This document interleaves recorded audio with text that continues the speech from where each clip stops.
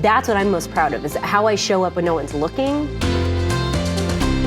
Embrace the hard and the fail. It's okay. Yeah. It doesn't define you.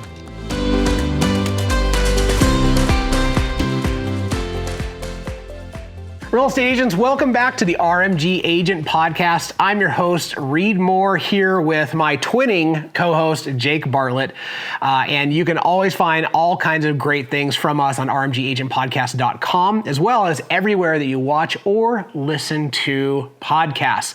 So, Jake, why are we wearing these shirts today? We are wearing these shirts in honor of your interview for the Master Series of Seychelle Van Poole. So, why does this resonate with her? So Seychelle is a dear friend of mine, and she has been in the industry now for many, many years. She fits the master's category, and Seychelle is just an absolute model of endurance in our industry. She has just over the years served people at such a high level, and listening to her story and how she built her company and how she rebuilt her company is just really, really encouraging. And I wanted people to hear from Seychelle because she is, in my mind, she is real estate royalty, and she's earned that. Hopefully you guys find this to be as impactful, empowering, and encouraging as I do. All right, guys, on to my interview with the lovely and wonderful Seychelle Van Poole. We've been doing this now for 15 years, scratching our heads. Well, for over 20 years, but 15 years together, right? And so much has come out of that. So I just kind of want to start off by, instead, you can say it however you want, but the only people I'm interviewing are people that, I think this is somebody I want to sit down and I want to learn from. Right. Like, this person has validity in their character, in their business, in every other way. And so, why should somebody who's a real estate agent listen to you? You and I were spitballing before we started, and I think the simple answer is, I have been around the block.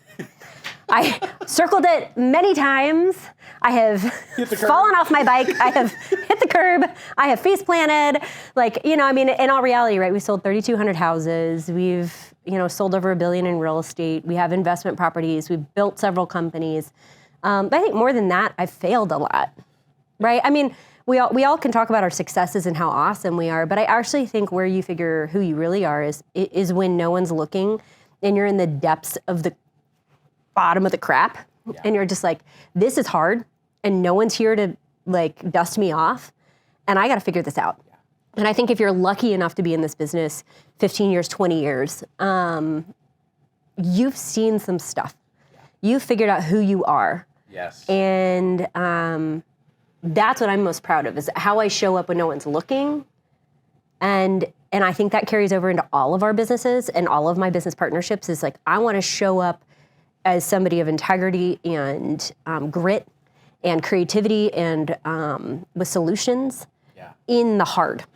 So let's talk about that for a second, because we're professional marketers, right? Everything we want the public and other people to see is shiny, happy unicorns and all this other stuff, right? So awesome, right? So awesome, yeah. Yeah, and but when you talked about, and you're great at, you're a master marketing mind, in my opinion. I love that side. It's the creative side that's fun for me, right? You're incredible at it. But where you went was, when nobody's looking, this is how my career has been crafted. So tell us about that. Yeah, well, so I'll take you to a real example of that. So when we got asked to do the Empire Building podcast, it was right before COVID started. Yeah. Okay, so we're over 200 episodes in now, and when we got asked to do that, we were at one of the highs, I think, of my career. And so when they asked, I was like, of course I will do it. I am so awesome, right? I was like, I'm so awesome. I have arrived, and thank you for seeing that. Thank you. You acknowledged me, and yes, I will totally do it. And then, so we go to record the first week of February of 2020. And I kid you not, 20 days before we started recording, my whole side of my sales team fell apart. Not just like dribble. It was just explosions. And our ops team has been together forever, and I'm so thankful for them. And I had all of the expense of the operations. And we had one salesperson and $100,000 a month in operational expense. Right. And they're like, let's record a podcast about you. And I was like, ooh, I am not awesome, right? In that moment, And I had a real reflection moment of like, I thought I knew why I was here. But maybe there's a greater power telling me I'm actually here for something totally different.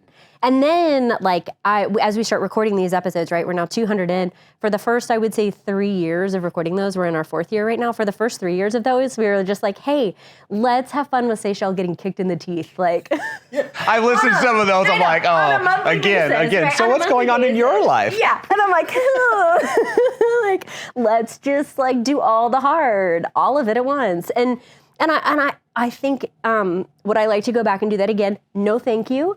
But what I think is really important about that is being real. And it was so hard. It was really hard to be like, I am not great right now. Or like, I thought I was coming on here to be really cool. And actually the reason why I'm here is to be real. There's this air of hypocrisy when you decide you're going to be a leader. And that is, you have to do the right things and you have to point the way even though when you are crumbling. Yes. Yeah. Right. And I learned recently, just relearned, the idea of being a hypocrite is being an actor. The idea that's different than falling short. And it's different than in a moment like crumbling. Yeah. Or having everything crumble around you. And I think that's something that I've had to learn in leadership is, you do this for 20 years, you are going to be at your worst more than once. Yeah. Yeah, I mean, I can easily count. Well, okay, so it was like a 3-year span that was super fun, which I would prefer to have been like 3 days, but it wasn't. I know. It's like, I was like, dude, like, yeah. Sometimes then I was actually having a conversation last night, and someone was saying, we were saying the phrase. I felt like God doesn't give you more than you can handle, and I would like look up and be like, I can't handle this, and I can't. And someone last night was like, no, the Bible doesn't say that. Yeah. And they're like, no, he gives you more than you can handle, so you submit to the process. And I was like, so you're saying I'm stubborn? It took me 3 years to finally be like, no. So that was humbling. I was like, how stubborn do you think I am right now? But in your career, you are going to have multiple markets that are hard. You're going to have multiple personal situations that are hard. You're going to have team members come and go that are seasons when you think they're going to be with you forever. Yeah. And you really find out who you are if you are willing to commit to being excellent and you are willing to commit to being creative and gritty and work with people. If you're lucky enough to go far with people, you're going to find out who you are in that process. And that is a really powerful part of the journey, I think. So you said the word career a couple times. Did you start with that in mind? No, I did not start with that in mind, read more. I was 22. Yeah. When I got my real estate license, I was like... I have a 21-year-old yeah, now. I looked... And I'm like, what's your path? I'm like, wait a second. Okay. You're like, it's okay. You don't have to have a path. It's fine. You can have it tomorrow. Yes. We'll have it tomorrow. No, I got in to support my family. I thought it was going to be like a 5 to 7 year journey, and that turned into 19 years. Wow. And like literally, we just kind of are like exiting that season right now. And it was one day at a time, 1 year at a time, one market cycle at a time. And what kept me going was our people. Our ops team, the people that show up day after day, that pour their heart and their soul into the organization became my why at a certain point. Yeah. I didn't think that was going to happen, but I started out really interested in investing. And I wanted to learn to be a real estate investor. And then it became, I want to support my parents and my family. And then it became, well, now I have these other people that I'm helping to build for. And then, well, they're really cool and I like for them to stick around. So we should grow something together. Right. Now we're growing something together. Now I need to show up like the leader for them, right? Now, how do I become a leader? Mm-hmm. But it was one day at a time. I love that because there's an idea, because we always talk at this season in your career, you can see the power of vision and you can see how great it is to think long term. Yeah. But the person who just hears something like that and it just trips that breaker. Yeah. They're just like, I'm out. I'm out. I'm not there. Like if that takes, what do you do? I had a why. Okay. And I can't say that it was noble or the reason to be or like it needs to be anybody else's, but like with, my dad had Parkinson's and I was like, if my dad can't provide for them, and we were young, my sister was still in college, if my dad can't provide for my parents and for my sister, well then my mom is gonna have to help take care of him. And if she's taking care of him, who takes care of them? And so for me, I was like, well, I need to do something about that. And so I literally jumped in just with I don't know what I'm doing. I'm freaking 22. I don't know what I'm doing, but I'm going to figure it out. Yeah. And I mean, I like people like me, we can figure this out. I don't know. I'm sure I can sell a house or two, right? And that I thought would be a 5 to 7 year journey. I am so thankful that we got an extra 19 years. Like, that is cool. Very cool. Really hard, but very cool.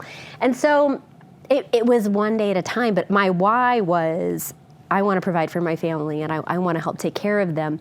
And then that grew into all of these other things. But it really became, we need to get good at sales first. Yeah. Right? You and I talk about this a lot. Like, you have to get good at one thing first. Right. So it was, let's get really good at sales. Yeah. And then we can start growing into all these other things. The podcast didn't come until year 17, right? Like, Her Best Life that we co-founded started 5 years ago. Right. And we didn't even start masterminding together as a group to start that company until 10 years ago. So that was 10 years into my career. Yeah. At that point. There's that word again, career. I would say 10 years into whatever this thing is called. Yeah. Yeah. I'm walking this direction. I chose this path, I'm moving this direction, but it's every day I wake up and choose to just keep going in that direction. Yeah. What were a couple defining moments in your now career? Like, just moments where it all could have like blown up in your face, or you decided to go all in, or something just pivotal happened?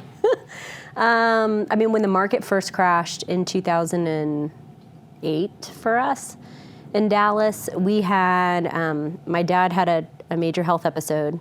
My mom exited the business with less than 24 hours notice. So there was not like a cool succession plan. It was not well planned. There was no plan. Let's just call it that. There was no plan. The planless plan. There was no plan. We put our first flip on the market that we had just completed the day the market crashed. Nick and I were newlyweds and then leaving on our honeymoon for 3 weeks. And I was moving from a buyer's agent to a listing agent, all within 30 days of the market crashing. And go. And go. And I was like, what? Because I was so excited to move over to the seller side, because being a buyer's agent in a seller's market for 4 years was very hard. Sure. And I was like, this is very hard. Why do I just lose every day? I lose every day. And I get up and I say thank you and I do it again. So I'm going to move to the seller side because I'm going to win. Dang it. That's right. And then the market tanked. Today's the day. Today's the day. I'm going to win. And the market was like, no, you are not. So then for another 3 years, I'm on the wrong side again, Reed. Oh, and now I'm leading a team and building a team. I don't know what I'm doing. And, you know, people are smarter than you, and they come in and you take a lot of classes and you fail forward and you figure it out. But yeah, I mean, I would say that market turn with all of the, like, things for me happen, like, not slowly. It's like, let's just throw it all in at once. Let's just do it all together and see what happens. So that was probably the first time that I was like, this is real hard. This is real hard. So looking back, you know, the hard stuff you can't take away necessarily, right? It's just... It's going to happen. It's going to happen. It's going to happen. Right. In any industry, any personal situation, I mean, I would venture to say everyone is going to have hard. Yeah, and you look back sometimes and you do some things, and in hindsight, that was really dumb. Sometimes you do things and you're like, man, that was really smart. I just didn't know it was smart. Yes, right? It worked out that way. Yeah. What would you tell somebody who was on their journey? Maybe they're producing and they're doing $5 to $15 million in production, and they're just moving forward, and they have the opportunity of not fumbling through like we did. What advice would you give them? That's a great question. So thank you for that question. It's a really insightful question. It's one of your superpowers. I think the first thing I would say is you're going to fail. So just get over yourself with that part. Tell me more about that. I mean that in the nicest way possible. Yeah, with some force behind it, like, no, really. Yeah, you're going to get kicked in the teeth. And you're going to like it. So that, I think, is number one. I think you're going to fail. Just becoming okay with that. I had a hard time with that. I had a really hard time. I was like, no, we don't fail.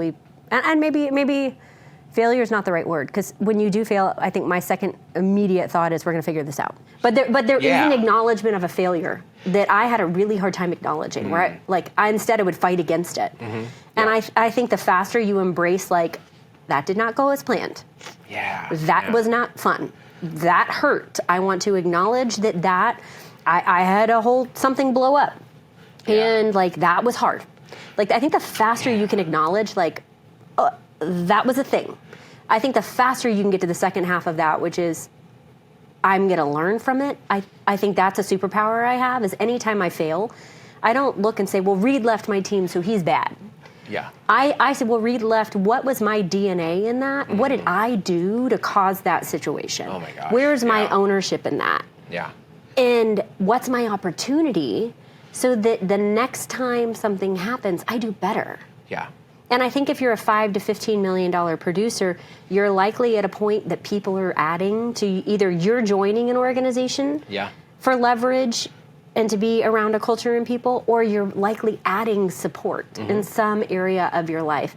And that means then that you have to decide how you want to show up around people, how you want to like build that ecosystem or join that ecosystem. Yeah. Like I joined, like I was an intrapreneur. I joined my mom's business with an assistant to start, right? And then I started leading it, but I came in as a part of the team because I wanted to be around people. I didn't have any desire to go build something by myself. And I think if you're at a $5 to $15 million producer, the first thing I would say is like, embrace the hard and the fail. It's okay.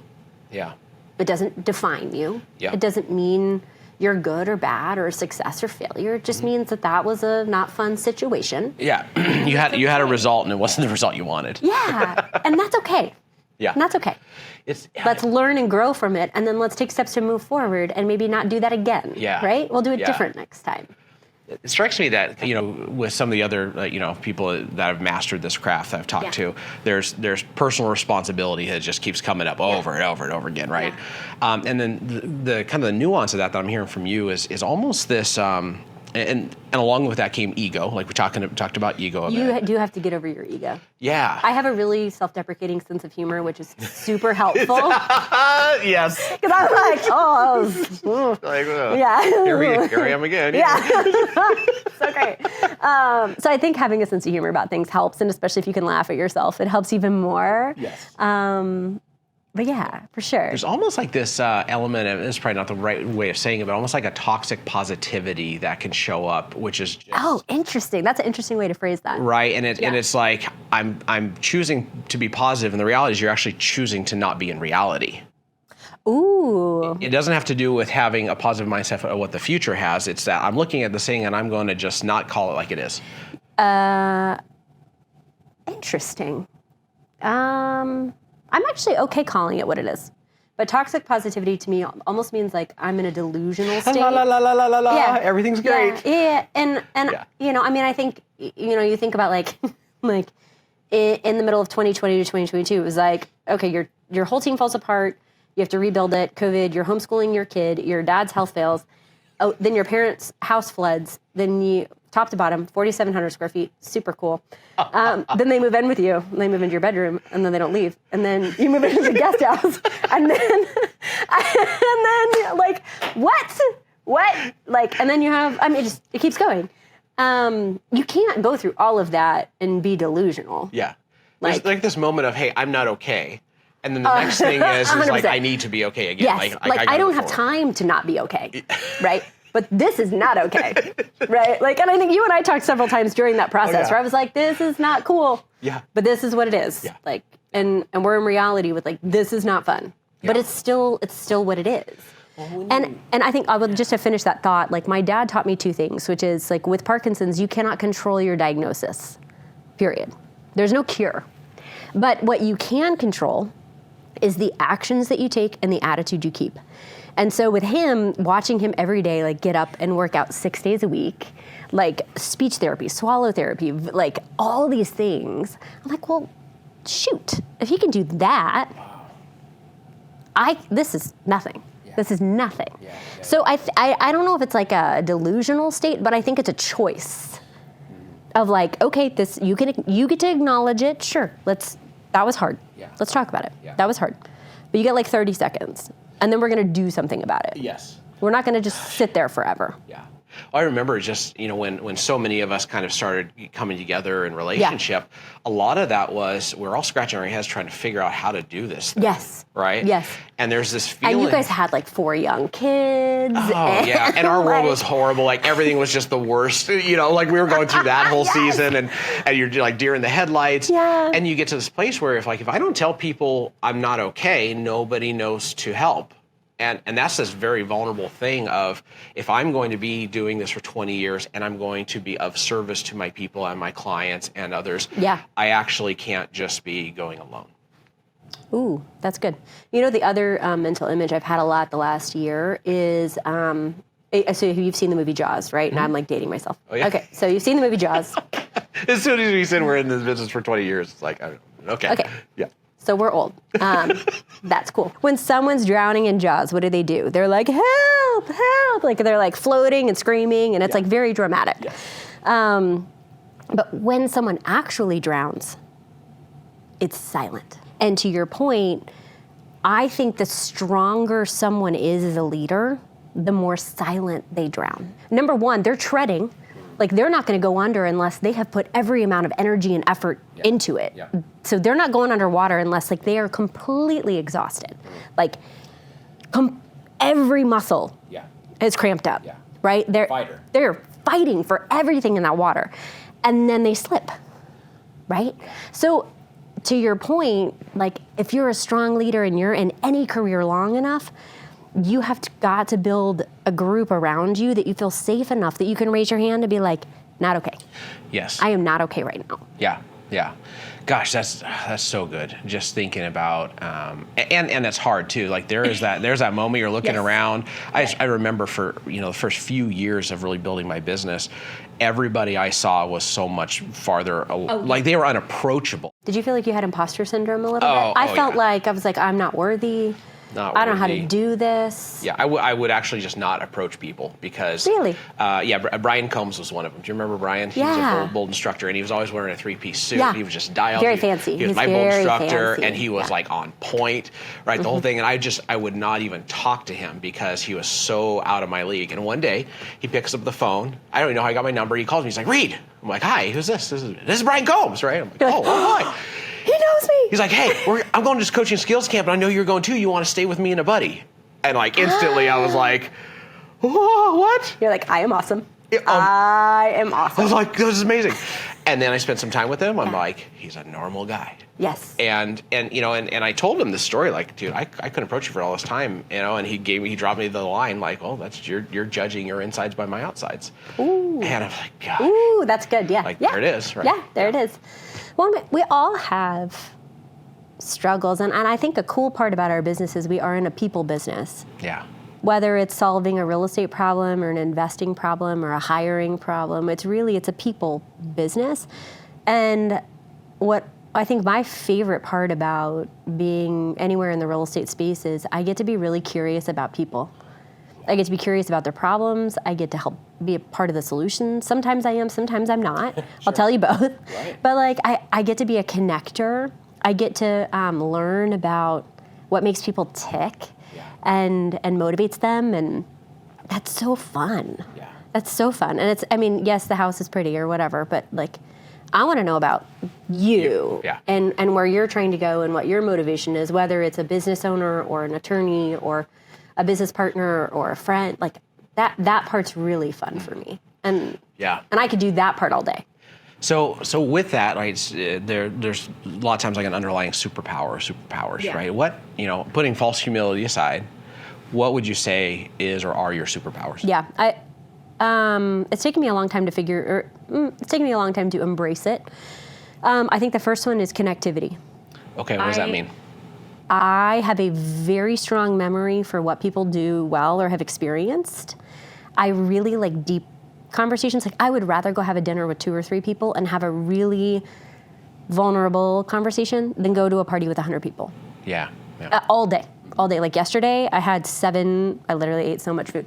I had 7 meetings with small groups of people with interviews and like helping other things versus going to like 3 parties, right? Like I wanted to go have really purposeful, intimate relationships, but you do enough of those over time, so 20 years of them, right? And I can run into somebody. I did this twice yesterday, and it was like, oh, you're going through this. You need to talk to this person. They just went through that, right? Oh, connectivity. Awesome. And so I love that, like, okay, you've experienced this. Let me give you somebody else that's 2 steps ahead of you, or that might be a great resource for you. That's super fun for me. Yeah. So I do that in everything I'm a part of.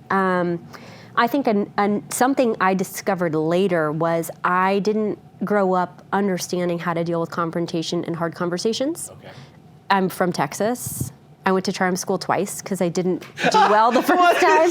I'm dead serious. They were like, Who sent you back a second time? Is that mom? I think I was a super big tomboy. I know you can't tell by the gold earrings right now, but I was such a tomboy. I was like a gymnast, but like really like scrappy. Like I played with the boys out on the soccer field and like kicked their butts. And I was really little though, super tiny. So it was like a little flash of something. And around 6th grade, I think they were like, you should learn some things. So I went the first time, and it did not go well. And I was just like, why are you talking to me about my color profile? And like, why do I need lipstick? And I don't know, I probably hadn't brushed my hair in 4 days. I don't know. It didn't go well. So they sent me again. They were like, oh, Erin, your sister needs to go with you this time. It's totally because I failed it the first time. So I went back. But in Texas, like, the era that I grew up in was like, if there was a problem, especially as a female, you were taught to just be like, it's fine. It's fine. It's fine. It's fine. Are you good? I'm fine. Right? Everything's fine. I'm fine. And then one day, after 6 months of being fine, you are not fine. Oof. But you don't even remember why. Because you've had 6 months of fine. You're like, what do I even pick? I'm so ticked. Yeah. Hey, it's not productive. So I got introduced in my 20s to the book Fierce Conversations. Amazing. Huh. Yeah.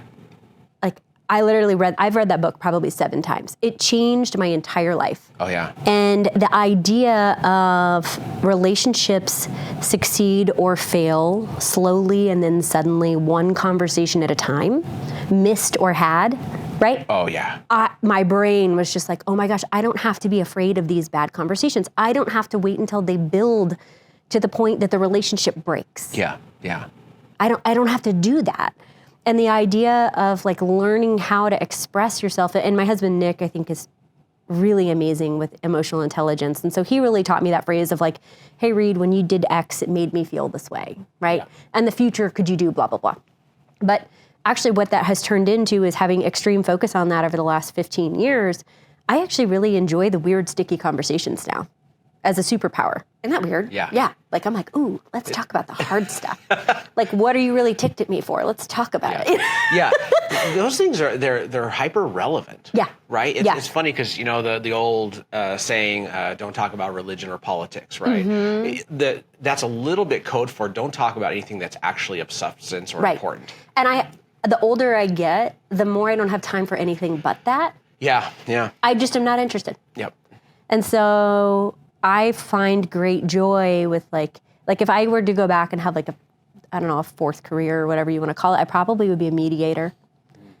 Like, this is going to be hard, and you both are really mad at each other, and let's figure this out and like figure out a win. And I had one of our mutual friends, Peter.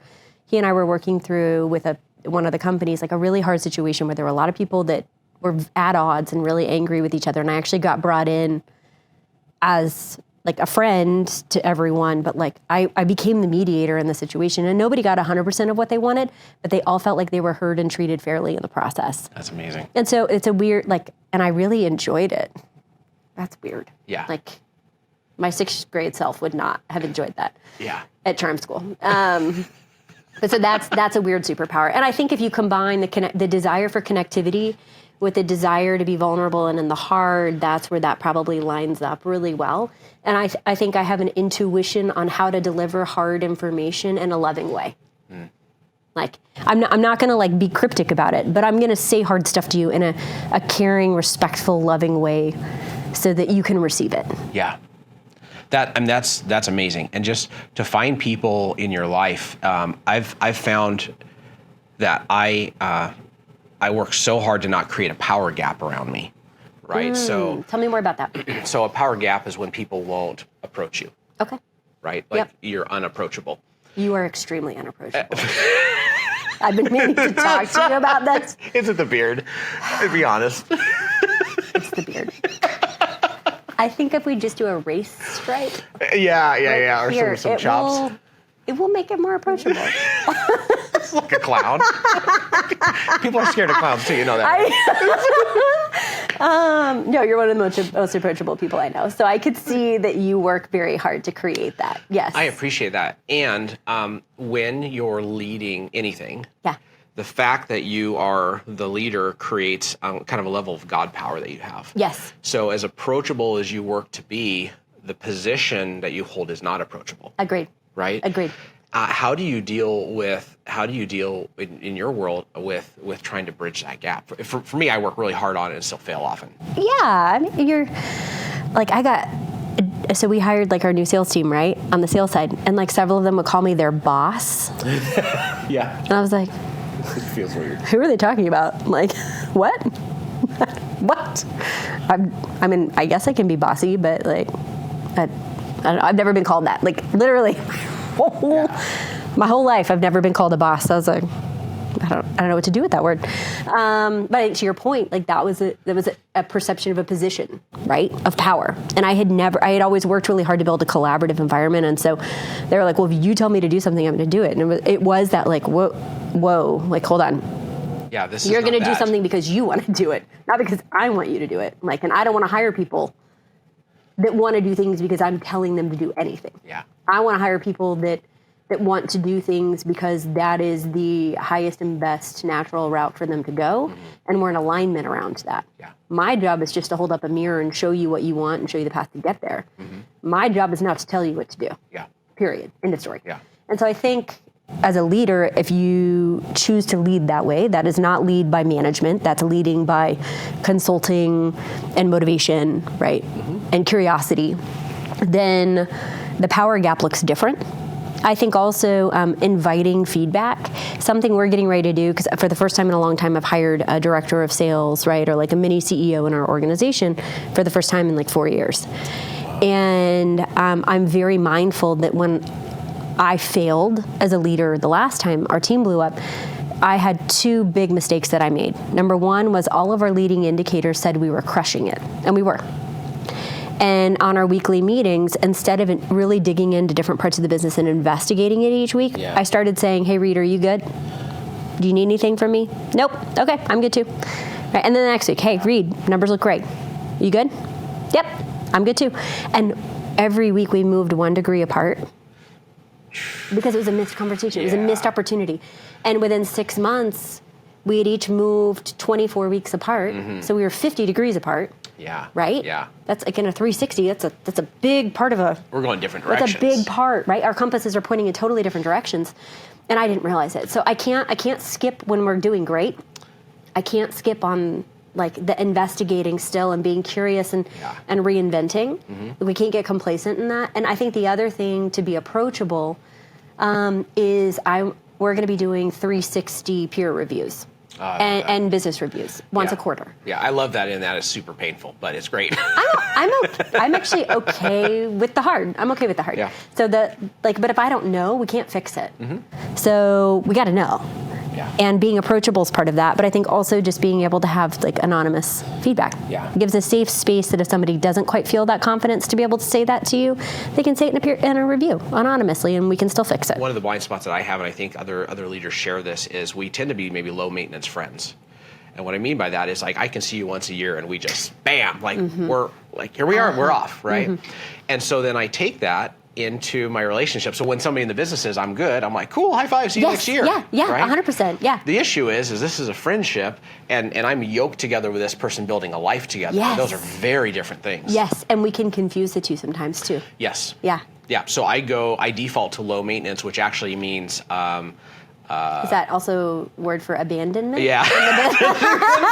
that's what it actually is. That's what it actually is. Well, it's not. Right? Yeah. It's not because you don't care. It's because you trust them too. I trust them, and it's just if I can check that box and move on, and I don't want to, be invasive beyond, like if you're good, then I'm just like cool. I'll take my energy elsewhere, and you'll let me know, and none of that's healthy. Thank you for saying that. Yeah, you're right. Yeah, that wasn't an accusation, by the way. It's just not No, healthy. sometimes when something hits and you're like, yep, I'm putting a little note back there for my next route. Thank you for that. I think you're totally right. And, you and I were talking, like, you've got several businesses. You've grown your organization and have amazing leaders in place. That doesn't happen immediately. That happens over time. Yeah. And so when you were asking about, 15 or 20 years in, that's an over time thing. If you're jumping in and out of careers and jumping in and out of jobs all the time, you don't have the grit and the longevity and the wisdom and the, just straight getting kicked in the teeth enough to have gotten to that place yet. It's so good because nothing gets to compound. No, yeah, you're right. Yeah, think about Warren Buffett's money, right? His compound was when did his compounding start happening? His late 60s or 70s? He started investing at 11, Yes. right? Yeah. Talk about patience.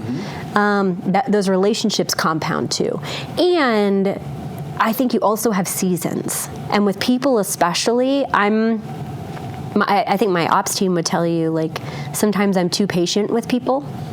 But it's also, I think part of it is because I understand that there are seasons to people. It's not you're the best producer or you're not. It could be you were the best producer and then you had COVID and were in ICU for 31 days, right? Yes. On life support. And now you're rebuilding back out. And yeah, you're not where you were. Yes. Your confidence is not where it was. Yeah. But that doesn't mean you're off the team because you're not that.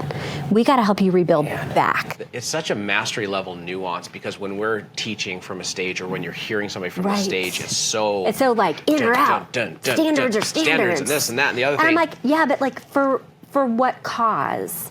Yeah. And for somebody who has none of that and no structure, it's that's still the conversation they need to hear. 100%. And we're still going to have a standards conversation. Right. But then you're right. You have somebody who they have a little one, or just we have two team members having one just had a baby, another one's having a baby. I know you had how many RMG babies last year on your team? You guys the last 3 years yearly we have 15. Yeah, I was you guys have had a million children born on your team the last couple of years, which is so awesome. But that is going to change that season for that person. It does, and if you don't step back and realize this is a season. This is a season. What's the new reality? And you don't have the long view of things. Yes. Then you make really bad decisions. You make very emotional, short decisions that feel reactive. Yes, yep. And those are, I still have those. I just don't take them very infrequently I take them to the decision level. Oh, that's interesting. Inside, it's oh yeah, and you're completely, chaos. I think as a leader, you're completely allowed to have that. Yeah, right. It's okay, here we go again. I'm nope, I value that. And, gosh, this is hard. How can I support you? Right? You just got back. I still love you. You just got back from the ICU. Do you need G greens? What do you need? Right. I don't know what I'm doing here. Right. You're exactly right. Or we've had team members we have raised from divorced to newly dating to then remarried to then IVF to kids, right? Or through parents with illnesses or spouses that have lost jobs, or if you're lucky enough to be, I think about one of our team members. We have expanded to cities with her. We have given eulogies at her husband's funeral. We have moved her to other cities. We have helped her with retirement. That's cool. Yeah. When you get to be and you get to define who you are for that person in that season. So for a while it was a team member, business partner relationship. And then it became, after the spouse passed away, it was actually my job was to become the yes man. To help her find joy and freedom and exploration and to be brave and to do things she'd always wanted to do that she had never done. Yeah. And I went from, okay, well, this is a standards conversation to I get to be the one to help you say, why would you not go move to New York? Yeah. That sounds fun. I thought you were going to fire me for that. No, you should go in October. Yeah. Do that. That's cool. Yes, let's figure out not why shouldn't you? Let's figure out how. Yeah. That's fun. Yeah. That's fun. And that requires seasons. It does. Okay, so for everybody I've talked to is kind of in this, this mastery stage of their career. There seems to be this commonality around personal growth being the whole trajectory, and then building things. But we talked earlier, and everybody wants to build things. It's fun. But where's building it start? things is fun. It is. It's super fun. It's fun. Building things gives energy. It takes a lot of lift. It's a sprint. It's fast. You get a lot of dopamine from it. You're I am awesome, right? And then you get into the now I have to grow this time over time over time. Yeah. But that's how I think you provide your validity. Mm-hmm. right? Like none of us went and built 40 things at once. No, successfully. Like a lot of us tried and failed at all. I did 40. a couple of those, yeah. I think about it like right before Quinn was born, we decided to, our daughter, who's 10, right before, like, you know, when you're pregnant, you're like nesting with everything and you're like, let's do these crazy things. So I was consulting for a CRM company on the road 150 days a year until that. We had the real estate team going. We decided to invest in a cricket flower company with someone because that's a good idea. We then built a guest house, which was also a high-end meat curing company, also a great idea. And then built up a property management company. 3 of those 5 bombed within 2 years, and we lost a lot of money on them. And it was because we went too wide too fast. And it was a good lesson of like, no, Seychelle, that was terrible. And then let's bring a human in the world. Great. Like that was a great lesson in just like, yes, you can do all the things, but let's just do one at a time. Let's pick one and get really good at it at a time. And I think now for me, what's been really helpful is I pick a word a year.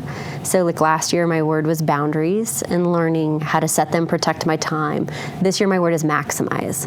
Like I want to maximize who I am as a parent. I want to maximize how I show up as a business leader. I want to maximize how I am as a friend and a business partner and a spouse. And I don't want to add a million other things. I just really want to maximize what I'm doing before I add more.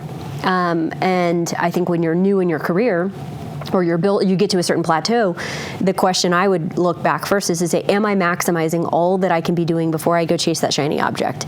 And am I maximizing everything in the time that I'm giving what I'm doing to then free up myself to spend more time over there? Yeah. Because you can't do both at the same capacity. Yeah. So you're going to have to give something up. Yeah. There's this moment, I think, early on. So we all cut our teeth on sales, Yes. which is the foundation of actually building any businesses. Yeah. You have to Without do that. sales, money doesn't flow. That's Yep. that's the deal. So I've been told. Right. Yeah. So we all cut our teeth on that, and then I just remember there were decisions of things that I wanted to launch or build. That looking back, I made those decisions because the right decision was something I didn't want to do. Ooh, snap. Like I didn't want to, like at the fundamental level, I didn't want to lead generate more, or I didn't want to deal maybe with a hard conversation or just something. So it's like, here's a new shiny thing and it represents everything. It's a great distraction. Oh my gosh. It's just opium. Can you think about like a time, like one of those that was like especially educational for you? What was the biggest thing that you didn't want to do that cost you in the? I think early on it was things that I didn't want to have to learn and slow down to do, and specifically around hiring. Right. So Yeah. So the next right thing was to hire somebody and to go through a painful process to do a really great job to hire that person, Yeah. and then to hold that person highly accountable, and then to force that to cause me to have to grow into being a better leader. Yeah. Right. And so instead of all of that, I decided to go actually take another role to do coaching and to do some teaching and training, because the reality is that there is so much from the stage that is microwave. Yeah. Like, you push the button. It's a half-baked idea, too. Yeah. Woo, popcorn, right? And all the stuff that I actually really needed to do was crock pot stuff, right? Ooh, yeah. Or, Texas, it's like slow cooked barbecue. Yeah. And it's so much better. 18-month prosciutto. Yeah. Yeah. In your guest yeah. house, it's fine. Yeah, so I would avoid the things that I had to slow down to do well, and I did that for years, and then realized that I was actually moving way slower because I wouldn't slow down. Ooh, that's good, Reed. Right, so- That's really good. It's painful. Yeah, it is. Well, it is painful, and you're going to learn the lesson one way or the other. So it's how do you want to learn it? Yes, yeah, totally. So our goal is to impact, empower, and encourage our agent audience, and I love that. you have just obviously done that, and you've made a career doing that. You impact 750,000 downloads. It's phenomenal. It's been really fun. It's great. Really fun. I get to listen to your guys' podcast because it's fantastic. And then, most weeks I walk in and my wife is putting on her makeup in the bathroom with her phone, listening We're to the having a podcast. conversation. So, yeah. I mean, Becca's pretty freaking awesome. She's great. A superhuman. Yeah. Thank you so much for your time. I really appreciate it. And how can people find your podcast, and how can people find all your things? Yeah. So let's start with the base, right? Which is the real estate sales organization that's allowed everything else. Yes. So Van Poole Properties, we serve all of Dallas Fort Worth with Keller Williams, and you can Google Van Poole Properties and see that. Then Empire Building, you can download anywhere you find a podcast, and we would love it if something resonates right with you or anyone. Like, share it with a friend, give us feedback. We always are looking for new ideas. And then kind of our legacy is Her Best Life. And that organization really is, we're on a mission for female leaders to help them find community and to help the whole woman. And it's been so amazing getting to do that. And we have a flagship event coming up later this fall, but it's herbestlife.com. Awesome. And it's a joy. It's a total joy to get to do that. Love it. Thank you so much for all that you give and all you serve, and for the 15 plus years of friendship now. I know. I'm really thankful for that. It's been a true gift. Me too. Love you, buddy. Love you.